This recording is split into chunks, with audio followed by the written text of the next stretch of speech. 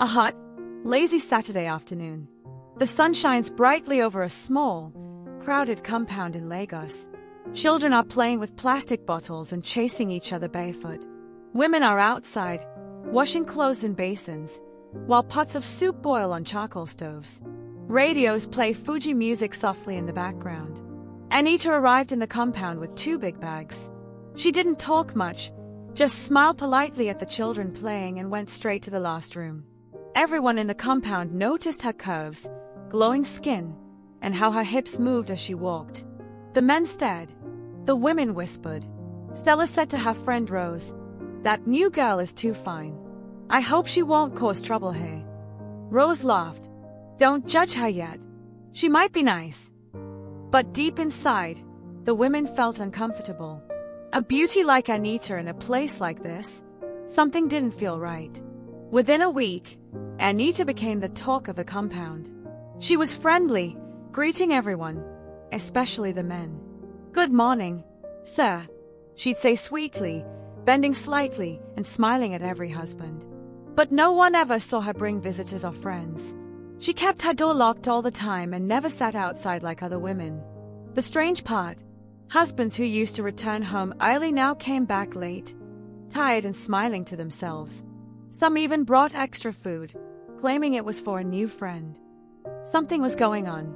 The women felt it, but they had no proof, yet. Anita began calling married men to her room. "Please help me carry this heavy bucket," she said to Jude one morning. He followed quickly. When he returned, his face was red and his shirt was wet with sweat. "She doesn't even have water inside," Stella told Rose after spying through the curtain. "She wore a towel when he entered," she added. It became a pattern. Anita would smile and wink at the husbands. She laughed loudly when they made jokes. She bent low when picking things in front of them. The wives began to sit outside more, guarding their men like soldiers. Mama Taupe, who had lived in the compound for over 20 years, called the women one evening. "You girls are blind," she said. "That new girl is fire, and your husbands are playing with it."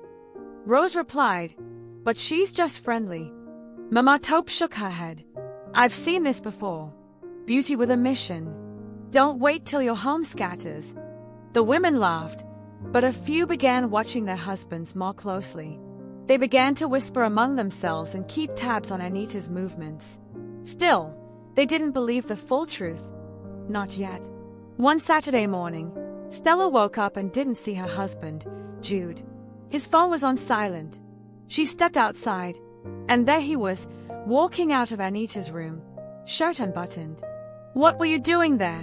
she asked. "I was helping her fix her light," he replied, avoiding her eyes. "Why is there lipstick on your chest?" she screamed. Neighbors came out. Jude walked away quickly. Anita didn't open her door. From that day, Stella refused to greet Anita. She cooked and ate alone. She also began planning how to catch her husband red-handed next time. The women came together and made a plan. Rose told Anita her husband was interested in inviting her for a small movie night, just to relax. Anita smiled. "Why not? I'll come." That night, Rose's husband sat in the sitting room, pretending to wait. But Stella and 2 other women were hiding behind the curtain. When Anita walked in wearing a tight red dress, the women jumped out. "Aha! We caught you!" Anita didn't cry. She just smiled and asked, "Is it wrong to spend time with your neighbor?" The wives were shocked at her boldness. Rose chased her out angrily. The next morning, Stella confronted Anita. "You know what you're doing. Stop acting innocent." Anita calmly said, "I never forced any men. They come to me because they like what they see. Ask your husbands why they keep coming." The women were stunned. No shame, no fear. Anita was untouchable. That evening, Mama Taupe sat her down. "Why are you doing this, child?" Anita paused, then replied softly, "I once had a husband.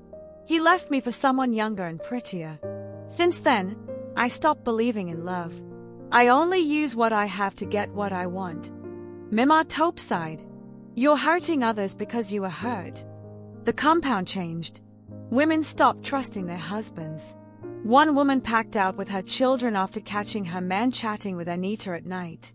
Another man stopped giving his wife money, spending it on Anita instead. Then the worst happened.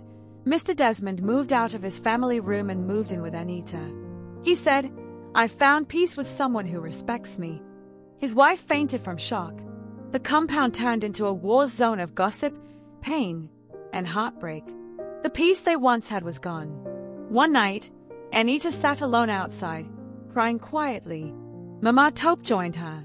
"You don't have to destroy others to feel powerful," she said gently. Anita wiped her tears. "I was a good wife once. I gave everything. But it wasn't enough. Now, I just protect myself."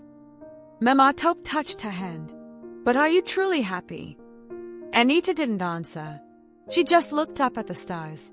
Behind beauty and boldness was a broken woman, a woman searching for revenge, love, and healing all at once. Now, the compound was different. Families were broken. Trust was gone. Anita stayed indoors more often.